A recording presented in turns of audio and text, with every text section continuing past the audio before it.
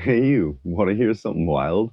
The United States government conducted a psychic spy program for 23 years, and it worked. They hired real people, paid them real money, and tasked them with legitimate intelligence work. It all began in 1972 at the Stanford Research Institute, which the CIA funded to see if they could harness the power of the human mind to perform tasks beyond the realm of apparent possibility. The first human lie detector was a New York artist named Ingo Swann. In April of 1973, he had one of the most revolutionary remote viewing experiences ever recorded. He successfully described the planet Jupiter.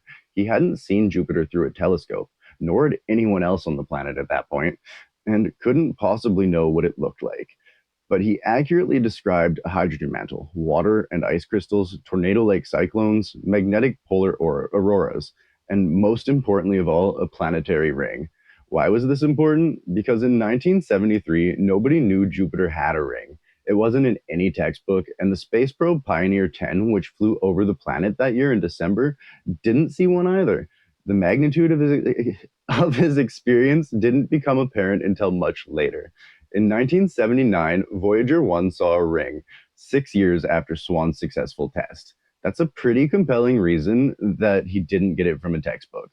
As a result, the CIA and US military formed an intelligence unit using these psychic spies.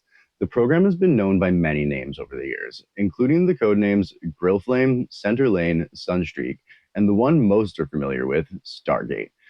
John Ronson wrote a book about these psychic spies called The Men Who Stare at Goats, a book about the Defense Department's program and some of their experiments with consciousness. John's theories were ridiculed, but now the documents have been declassified to reveal that the Defense Department did, in fact, use psychic spies, and that the men and women they hired were actually giving them useful information.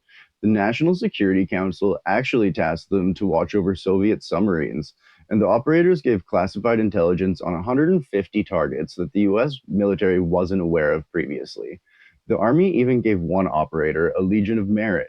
In 1995, a government paid statistician by the name of Jessica Utz went over the figures and confirmed that yes, there was an actually significant result here. The telepaths had done better than chance would allow, repeatedly, roughly 80% of the time, in fact. Some people object to the interpretation of those figures, which is understandable, but nobody can argue with the numbers.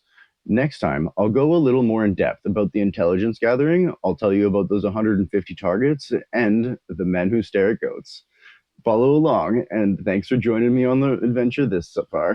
Have a great day.